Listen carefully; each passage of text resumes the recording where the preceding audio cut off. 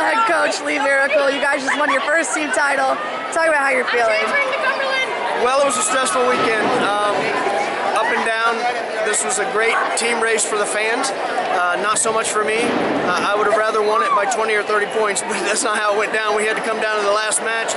And honestly, if I'm going to come down to the last match, I want my daughter out there fighting for it. Yeah, you obviously couldn't have written a better ending. She goes for 4. She's a senior.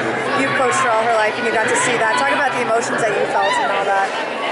Well, there's the emotions of the team race. There's the emotions of, you think something bad might happen, but you got to kind of block all that out and just do what's in front of you and try to take it one point at a time. And then when Kayla got taken down there in that scramble, you don't see that very often. And I started to get a little bit worried, but she took care of it. She took care of it.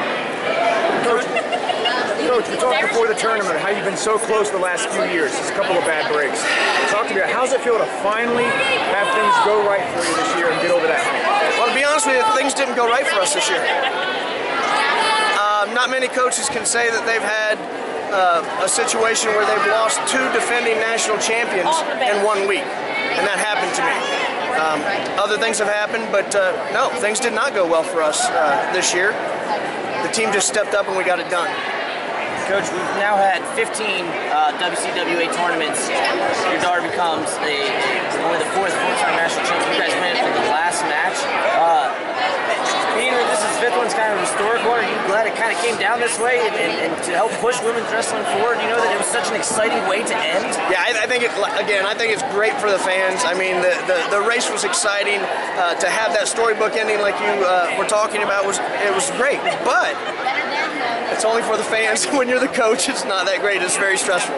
Would you, we're adding, I think, 8 programs within the next year or 2. It's crazy. If you're making the pitch to an AD, you're just going to pull up the tape here and go, look, you could have this too. Obviously I'm going to try to beat you, but you could have this thing too as far as pitching the program to trying to add. Yeah, I definitely would. And a lot of ADs and a lot of people call me when they're talking about a new program and what we did and how to do it, and I give them the best advice I can. And new coaches, I try to mentor them, and I get calls all the time, hey, what about this rule, what about this, what do I do here, and I just try to help people grow the sport. And it's working. It's growing fast. Talk about the new heights that this team was taken to this year. Your first national duels title, first #1 ranking, first team title at WCWA's. Can you just talk about the team overall this season and the resiliency that they had? Very, very special team. I'll tell you what, this team has more fight and more heart than any team I've ever been associated with. It happened at the national duels with Emmanuel in the semifinals. It happened against McKendree in the finals when they won the first 5, and they're a tough team. You guys know how tough they are. They're deep. And we had to come back and win all 5 with bonus points to beat them. They step up and do it. I knew without a doubt that they were going to step up and fight hard. I didn't know if we were going to be able to get it done after the first day, but I knew that they would fight, and they did. Talk about this team in the coming years. Well, we lose a few seniors. Obviously, we lose Kayla, and that's a big deal. But we've got a great recruiting class coming in.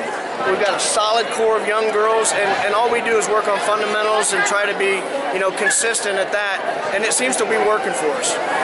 How much longer are you going to do this? You got forever? What, 5 years, 10 years? You're going to keep peeling off national titles? How long do you think, Coach? Well, someone asked me this the other day, and I said, I had a goal. In 3 years, I wanted to be top 5, and then, in 5 years, I wanted to be top 3. Forget it. You had a goal. I accomplished that goal. I did accomplish that goal, but it started really simply, we wanted to be in 3 years top 5, in 4 years top 3, and then in our 5th year the goal was to win it. It just worked out that way. I mean, I don't know what to say. And then our 2nd year we got 2nd, so of course the goal couldn't change. Our goal every year was to be national champions, and then like you said, a couple things went bad for us 2 years ago. We lost. A couple things went bad for us last year. We lost. I knew that we had to build this team so solid that if anything bad happened to us, we'd still have a chance. And that's what happened. So as a coach, coming back next year, how do you avoid championship hangover with this team? Well, they all know how close it was. I mean, it's going to be really easy to remind them of that. It's going to be really easy to remind them that we don't have, a force like Kayla Miracle to carry the team, somebody else has got to step up now. And maybe that's a Grace Bowman. Maybe that's a Charlotte Fowler. I don't know. We got a lot of girls on a team that can carry that torch if they choose to. Awesome. Congratulations, Coach. Congrats, Coach.